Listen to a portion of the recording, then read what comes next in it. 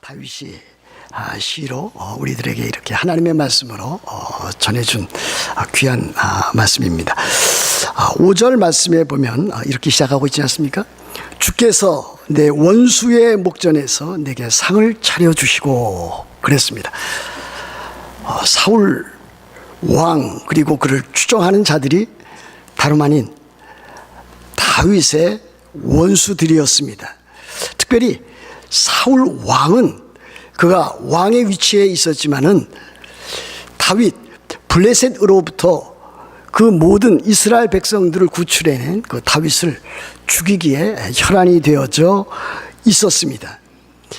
그래서 다윗은 사울 왕과 또 그를 따르는 자들의 그 무서운 그 사망의 골짜기를 피해서 도망다니는 그와 같은 신세가 되고 말았습니다. 그래서 그가 왕이 되기까지, 사울 왕의 그 뒤를 이어서 왕이 되기까지, 또 심지어는 왕이 되어서도 그가 죽기까지 많은 시련과 역경 가운데서 또 원수들 가운데서 그가 이렇게 지내지 아니할 수가 없었던 것을 여러분들이 잘 알고 있습니다. 다윗은 그의 아들 압살롬과 또 압살롬을 추종하는 또 그의 세력에 의해서도 한번 일시적이었지만은 왕권을 탈취당하고 피신해 나가야만 하는 그와 같은 위치에도 있었던 것을 보게 됩니다. 그러나 다윗 왕이 위대한 것은 무엇이었습니까? 다윗 스스로 그 원수들을 갚지 아니했다라고 하는 그와 같은 일에 있습니다. 다윗은 사울 왕을 죽일 수 있는 여러 차례의 기회가 있었습니다. 그럼에도 불구하고 그는 그 기회를 사용하지 아니했습니다. 왜 그랬습니까? 사울 왕도 하나님께서 선지자를 통해서 기름 부었기 때문에 자기 손으로는 피를 보지 않겠다고 하는 그와 같은 참으로 귀한 뜻을 그가 가지고 있기 때문이었습니다. 그래서 다윗은 그 스스로 원수를 갚지 아니하고 하나님 손에 맡겼던 은혜의 사람인 것을 우리들은 기억해야 될 것입니다. 그런데 사실 우리들은 원수가 아닌 자들을 원수로 생각하면서 그렇게 지낼 때가 참으로 많이 있습니다. 그렇지 않습니까? 우리 특별히 가정을 한번 생각해 보십시다.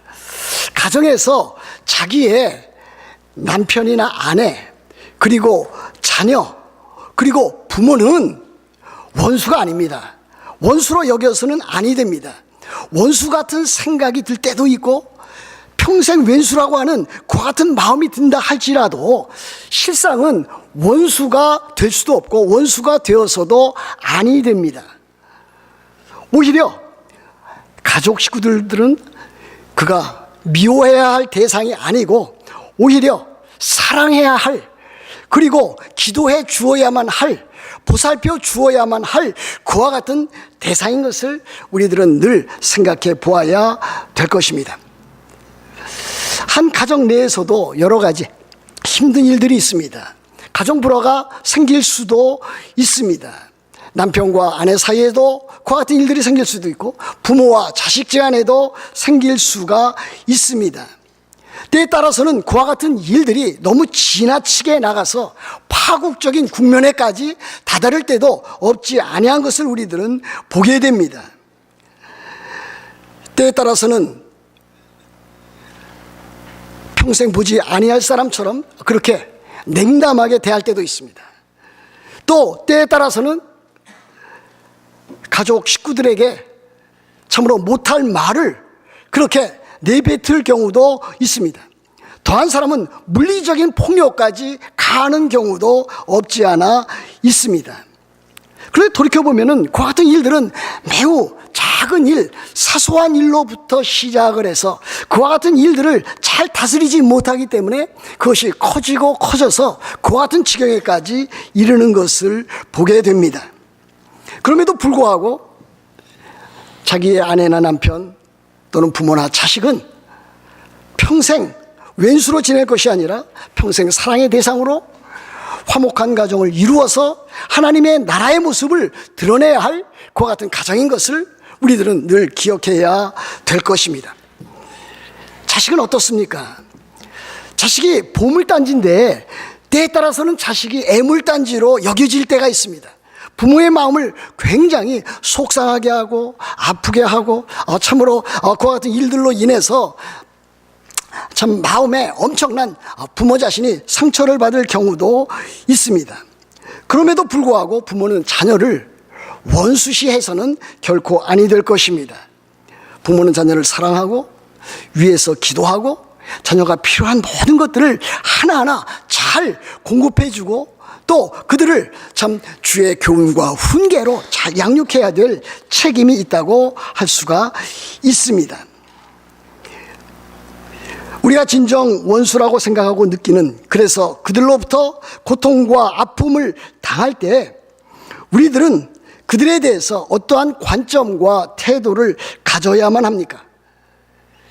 여러분, 시편을 읽어보시면은 시편 150편으로 되어 있지 않습니까?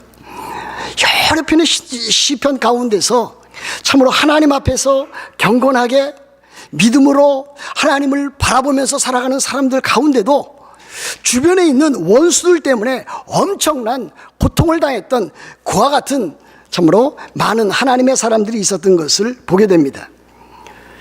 그 사람들은 어떻게 기도했습니까? 하나님의 거룩하심을 따라서, 하나님의 그 정의로우심을 따라서 그들을 처치해 주십시오. 하나님의 나라, 하나님의 공의가, 하나님의 뜻이 이루어질 수 있도록 하나님께서 해결해 달라고 그렇게 기도했습니다. 더 나아가서 그들을 제거해 달라고까지 기도한 것을 보게 됩니다. 아마 우리들도 그렇게 기도하는 사람이 있을지 모르겠습니다. 그러나 우리들은 그들마저도 하나님의 사랑으로, 하나님께서 우리를 사랑하신 그 사랑으로 그와 같은 것들을 용서하고 받아들여 나가야 될 우리들인 것을 기억해야 될 것입니다. 때에 따라서 세상에서뿐만이 아니라 여러 가지 가정에서 또 심지어 교회 내에서도 참으로 그와 같은 일들을 하는 사람이 없지 않아 있을 수 있습니다. 교회의 평화와 질서를 무너뜨리는 그와 같은 사람이 있을 수 있습니다. 우리들은 어떻게 해야 될 것입니까? 그럴 때일수록 우리들은 더욱더 하나님, 우리들의 삶의 터전인 가정에서, 교회에서 하나님의 나라, 하나님의 은혜의 나라는 더욱더 확장되어지게 하여 주옵시고, 참으로 세상 나라가 교회에 들어오지 아니하도록 하나님 그것을 막아주시옵소서. 우리들은 그렇게 기도해야 될 것입니다. 그래서 우리들은 참으로 공적인 일이건 개인적인 일이건 원수 갚는 일을 우리들 스스로 해결해 나갈 것이 아니라, 우리들 스스로의 힘에 의해서 척결해 나갈 것이 아니라 그 모든 것을 하나님의 손에 맡겨드려야 합니다. 그래서 사도 바울은 로마서 12장 19절에서 이렇게 우리들에게 교훈하고 있습니다. 내 사랑하는 자들아, 너희가 친히 원수를 갚지 말고 하나님의 진노하심에 맡기라 그랬습니다. 우리들이 해야 할 일은 바로 그와 같은 것입니다. 아마 여러분들 마음 가운데, 여러분들의 생활 가운데, 가정에서도, 직장에서, 일터에서, 사회생활 가운데서 그와 같은 사람들을 만날 경우에 참 하나님의 말씀, 성경이 우리들에게 교훈하는 바가 무엇인가 여러분 마음에 잘 살펴보시고 그것을 교훈 삼아 나가야 될 것입니다. 우리 주님께서는 산상설교 가운데서 우리들에게 이렇게 교훈했습니다. 마태복음 5장 43절과 44절에서 또 내 이웃을 사랑하고 내 원수를 미워하라 하였다는 것을 너희가 들었으나, 그러나 그 가르침은 잘못되었다. 그것은 바리새적인 가르침이다. 전통적인 가르침이지만 그것은 잘못된 것이다. 이웃은 사랑하고 내 원수는 미워해도 된다라고 하는 것은 잘못된 것이다. 원수에 대해서 어떻게 해야 될 것인가? 우리 주님께서는 나는 너희에게 이르노니 너희 원수를 사랑하며 너희를 박해하는 자들을 위해서 기도하라 그랬습니다. 여러분을 미워하는 자 있습니까? 여러분들이 저 사람 내 원수라고 생각하는 사람이 있습니까? 그렇다면 여러분들은 발상을 바꿔야 됩니다. 생각하는 전환을 해야 됩니다. 그것은 무엇입니까? 내가 비록 괴로움을 당하고 어려움을 당하지만 저 사람은 내가 사랑해야 할 그 대상이다. 내가 기도해 주어야 할 대상이다. 내가 축복해 주어야 할 그와 같은 대상이다. 내가 그가 어려운 일이 있을 때에 그가 필요를 요구하면 그의 필요를 채워주어야만 그와 같은 사람이다라고 하는 것을 기억해야 될 것입니다. 그러나 진정 우리가 그리스도인으로서 싸워야 할 그와 같은 원수는 과연 무엇이겠습니까? 사실 우리들의 원수는 사람이 아닙니다. 우리들은 사람이라고 늘 생각해서 사람과 부닥치고 참으로 자기의 뜻과 배치가 되면 그것을 어떻게든지 꺾어서 무너뜨리려고 하지만 실제로 우리의 싸워야 할 대상은 사람이 아닙니다. 영적인 대상은 바로 우리들 자신의 육신과 세상과 마귀와 악한 영들입니다. 그래서 우리들의 싸움은 영적인 전쟁이요, 영적인 투쟁이요, 영적인 전투라 이렇게 말을 할 수가 있을 것입니다. 그래서 전형적으로 우리들이 싸워야 할 그와 같은 원수들은 세 가지인데 첫 번째는 육신이라 그랬습니다. 성경에 보면 때에 따라서 육신, 육체라고 하는 표현으로 나와 있습니다. 영어로는 그것이 flesh 이렇게 되어 있습니다. 그러나 또 쉬운 영어 성경에서는 그것을 sinful nature 그랬습니다. 타락한 본성, 사람이 갖고 있는 타락한 본성. 우리가 비록 그리스도인이 되고 하나님의 자녀가 되었지만 아직까지도 우리들 자신에게 그 잔재처럼 남아있는 그 타락한 본성과 우리들이 싸워 나가야 된다 하는 것을 우리들에게 가르칩니다. 너무나 많이 있지 않습니까? 우리들이 다른 사람에 대해서 이기심을 가질 수 있습니다. 질투할 수가 있습니다. 또 우리들 스스로 게으를 수가 있고 다른 사람이 갖고 있는 그것에 대해서 탐욕스럽게 그것을 취하려고 하는 탐심을 가질 수도 있습니다. 때에 따라서는 우리들이 음란한 마음을 가지고 음란한 생각과 음란한 여러 가지 행동을 저지를 수 있는 그와 같은 일에 개입될 수도 있습니다. 하나님의 말씀을 따라서 우리들이 다른 사람을 사랑해야 되는데 다른 사람의 필요를 채워줘야 되는데 오히려 그와는 반대로 악한 생각을 가질 수도 있습니다. 그와 같은 일에 대해서 우리들은 영적으로 싸워 나가야만 합니다. 이 싸움에서 대부분 지게 된다면 그는 인생에 있어서 그가 그리스도인이지만 그리스도인다운 삶을 살아가지 못하게 될 것입니다. 그 마음에는 기쁨과 즐거움과 감사와 하나님을 향한 그와 같은 놀라운 헌신과 충성을 할 수 없게 될 것입니다. 그러므로 우리들은 이 타락한 본성, 이 육신, 이와 같은 것과 날마다 순간순간 싸워 나가야 됩니다. 여러분이 아마 잘 알고 있을 것입니다. 우리들 자신과 싸우고 육신과 싸우고 타락한 본성과 싸워서 승리해야만 합니다. 두 번째, 우리들이 싸워야 할 적은 무엇입니까? 원수는 무엇입니까? 세상입니다. 로마서 12장 2절에서 사도 바울은 너희는 이 세대를 본받지 말고 이 세대를 본받는 그와 같은 일, 이 세상을 우리들은 사랑하지 말아야 될 것입니다. 세상이 우리들에게 가져다 준 많은 세상적인 그와 같은 영향력, 가치관, 세속주의, 향락주의와 우리들은 싸워 나가야 될 것입니다. 세상 사람들은 그것에 대해서 무관심하게 또는 그것을 칭찬하면서 넘어갑니다. 괜찮다.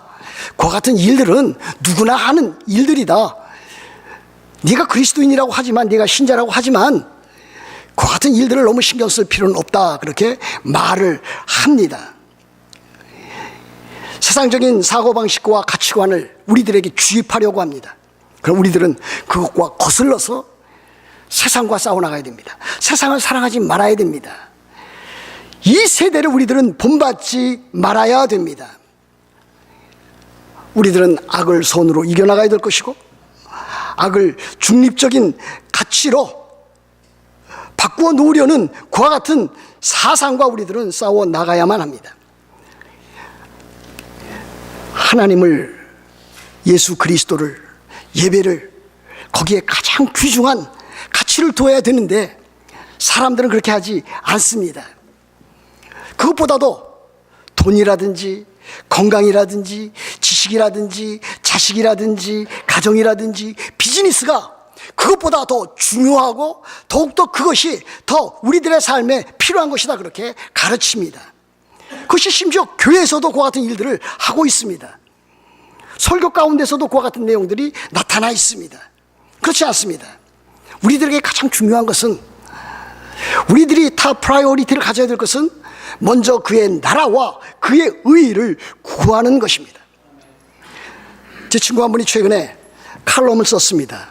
만일 하나님을 위하는 일과 가정을 위하는 일들이 상충되어질 때에, 그것이 갈등을 일으킬 때에 과연 어떻게 해야 될 것인가?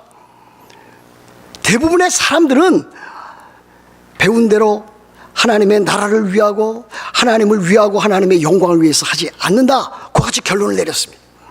그리고 결정해서 따르는 것은 실제적으로 자기의 유익과 가정과 그와 같은 일에 먼저 힘을 쓰고 그와 같은 일에 주력한다고 하는 것을 지적하였습니다.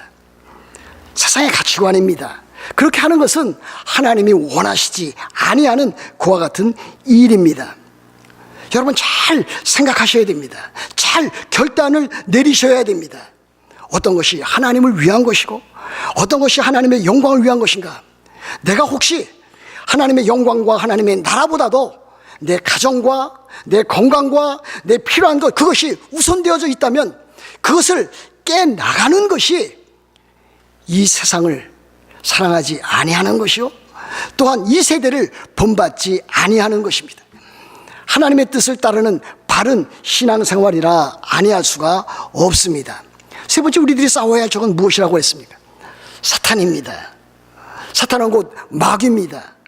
우리의 대적입니다. 또한 사탄, 마귀를 따르는 악한 영들, 이 사복음서 복음서 가운데서는 그것을 귀신이라, 악한 영이라, 더러운 영이라 그렇게도 표현해 놓은 것을 여러분들이 알고 있을 것입니다.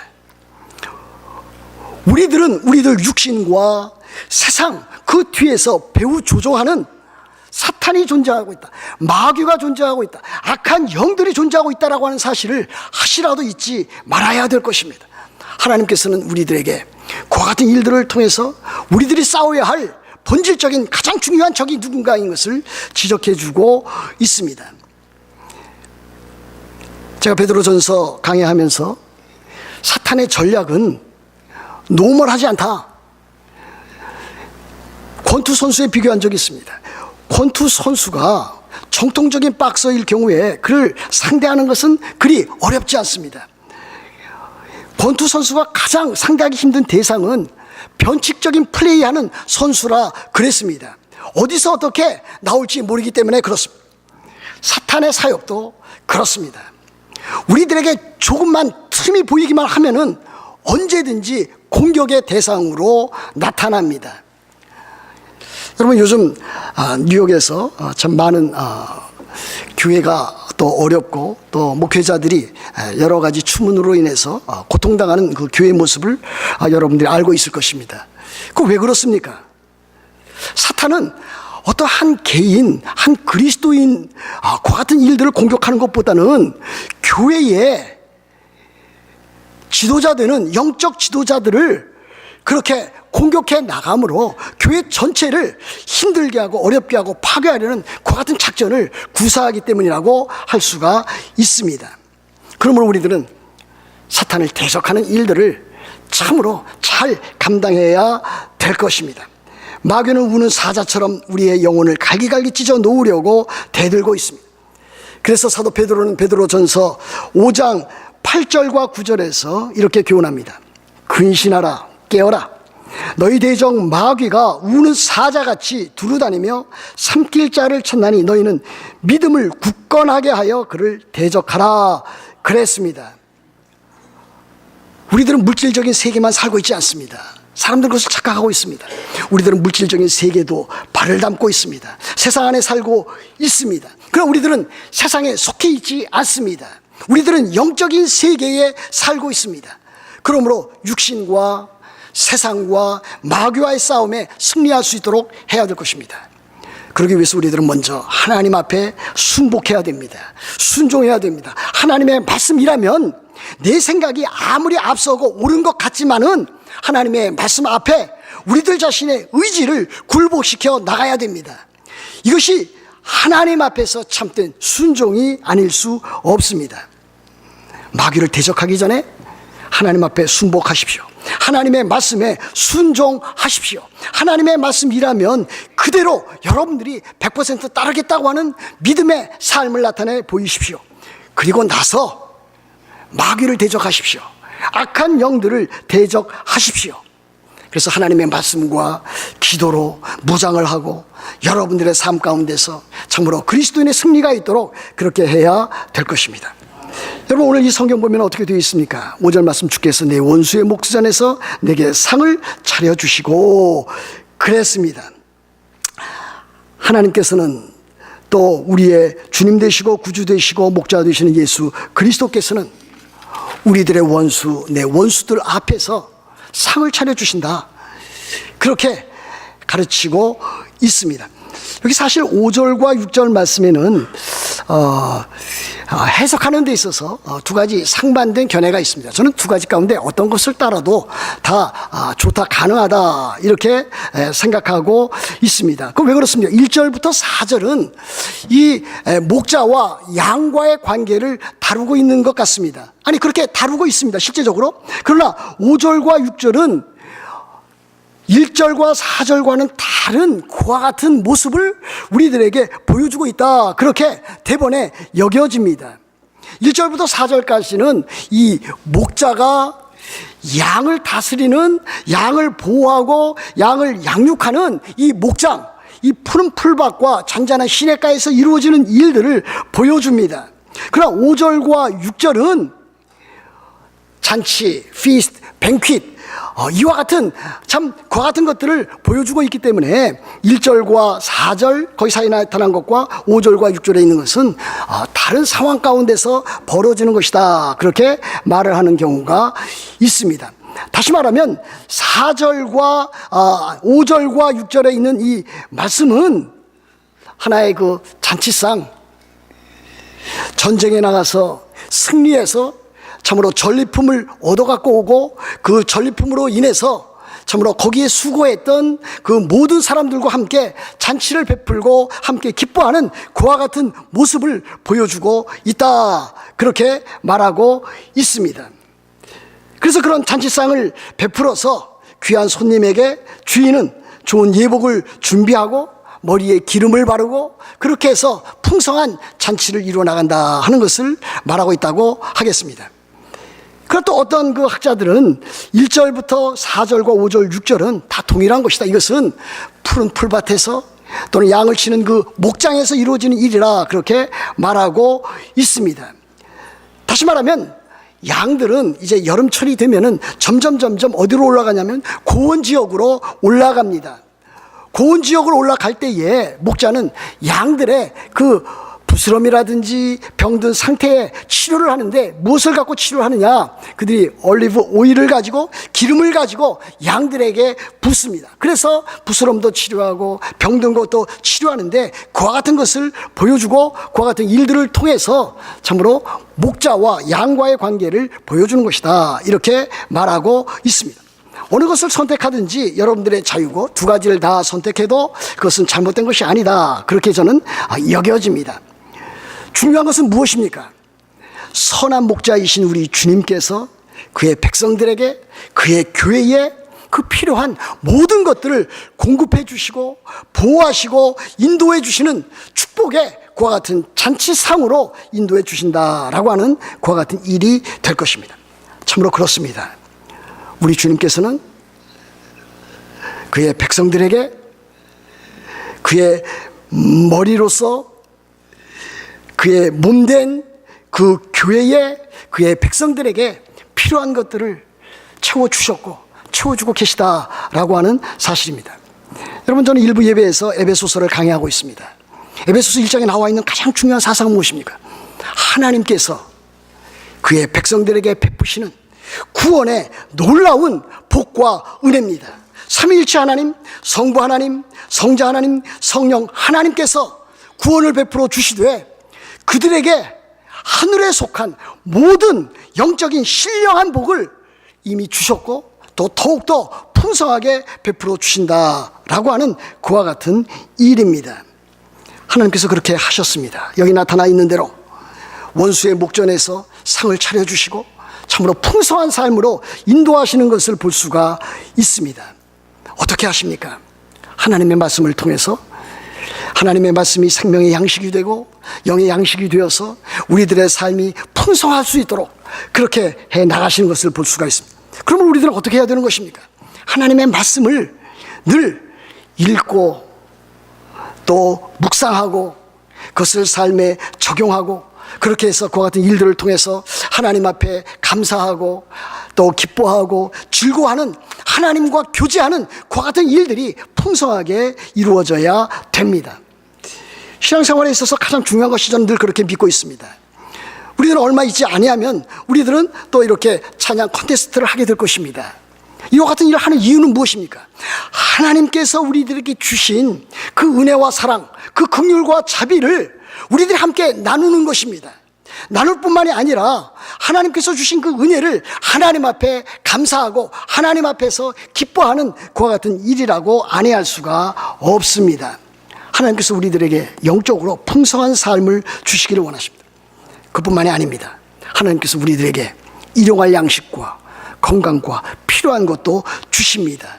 저는 여러분들에게 여러분들의 삶 가운데서 그야말로 한 번에 대박이 나도록 그렇게 설교한 적이 한 번도 없습니다. 그러나 여러분들의 삶 가운데서 하나님께서 주신 이 구원의 놀라운 복과 은혜를 풍성하게 누리기를 위해서 저는 기도하고 있고 설교하고 있습니다. 그뿐 아니라 여러분들의 삶 가운데서 여러분들의 몸과 여러분들의 가정과 여러분들의 일터가 주 안에서 하나님께서 베푸시는 그 같은 사랑과 은혜를 풍성하게 건강하게 누릴 수 있도록 그렇게 설교하고 있습니다. 참으로 그렇습니다. 하나님께서 우리들에게 필요한 일용할 양식과 건강을 주십니다. 우리의 가정이 아름답고 또 건강하고 복된 가정이 되기를 하나님께서 복을 주시고 은혜를 더해 주십니다. 마치 우리 주님께서 그와 같은 일들을 하실 때에 부모가 자식에게, 어머니가 자식에게, 참으로 연약한 자식에게 참 먹을 것도 또 챙겨주고 또 라이드도 해주고 또 일이 있을 때마다, 생일이 있을 때마다 필요한 것들을 공급해 주는 것처럼 우리 주님께서 그렇게 하신다라고 하는 사실입니다. 그래서 우리가 연약해질 때에 우리 주님께서 우리를 강건하게 하십니다. 우리의 몸만 강건하게 하실 뿐만이 아니라 우리들의 영혼, 우리들의 마음, 이것도 강건하게 하십니다. 여러분, 때에 따라서 여러 가지 일들로 실망할 때도 있을 것입니다. 여러 가지 일들로 인해서 낙심하고 좌절할 때도 있을 것입니다. 인간적으로 볼 때 이것을 헤어나올 길이 없습니다. 그런데 여러분들 해야 할 일이 무엇입니까? 하나님 앞에 나아가는 것입니다. 기도로 나아가는 것이고 말씀을 읽어 나가면서 하나님께서 이미 우리들에게 주신 그 은혜를 우리들이 생각해보고 그것을 누려나가고 체험해 나가는 일입니다. 그렇게 하면은 하나님께서 우리들에게 주시는 그 은혜로 말미암아 우리의 낙심이 소망이 되고 우리의 절망이 희망이 되어서 우리들이 하나님의 나라를 바라보는 그와 같은 일에 다다르는 것을 볼 수가 있는 것입니다. 마지막으로 우리들이 살아가는 동안에 우리들은 저 천국을 향해서 살아가서 우리들의 여기에 나와 있는 대로 참으로 상을 차려주시는 그와 같은 풍성한 은혜를 이 세상에서 누려야 될 것입니다. 우리들의 최종적인 종착지는 어디입니까? 이 세상이 아닙니다. 우리들의 최종적인 종착지는 새하늘과 새 땅입니다. 예수 그리스도께서 영광스럽게 재림하실 때에 우리들에게 펼쳐질 바로 이 새하늘과 새 땅, 영원한 천국이 바로 우리들의 목적지입니다. 그것이 우리들이 누려야 할, 우리들이 가질 기업이고 유업입니다. 그날이 다다를 때까지 하나님께서 우리들에게 주시는 참으로 풍성한 삶, 영적으로 풍성한 삶, 또 우리들에게 채워지는 일용할 양식과 건강과 필요한 것들로 하나님을 섬기는 삶, 하나님 앞에서 우리들이 기쁨과 즐거움을 가지고 주님 나라를 위해서 헌신하는 그와 같은 일들, 그와 같은 일들이 우리들에게 참으로 소중한 일이 아닐 수 없습니다. 여러분들이 참으로 이와 같은 놀라운 복과 은혜, 여러분들이 참으로 원수의 목전에서 상을 차려주시는 이와 같은 풍성하고 기쁜 삶을 여러분들이 누려나가고 있습니다. 만약 이것을 누려나가고 있지 못하면 여러분은 참으로 안타까운 삶을 살아가고 있는 사람이 아닐 수 없습니다. 하나님께서는 이와 같은 일들을 우리들에게 이루어 놓으십니다. 이루어 또 주십니다. 그러므로 우리들은 참으로 하나님께서 우리들에게 베푸신 구원의 그 큰 일 인해서 늘 감사하고 기뻐하고 또 일용할 양식과 건강을 주시고 또 우리들에게 참으로 하나님을 잘 섬겨 나갈 수 있는 그와 같은 복을 주신 하나님께 늘 감사하고 기뻐해야 될 것입니다. 그렇게 다 되시기를 우리 주 예수 그리스도의 이름으로 축복합니다.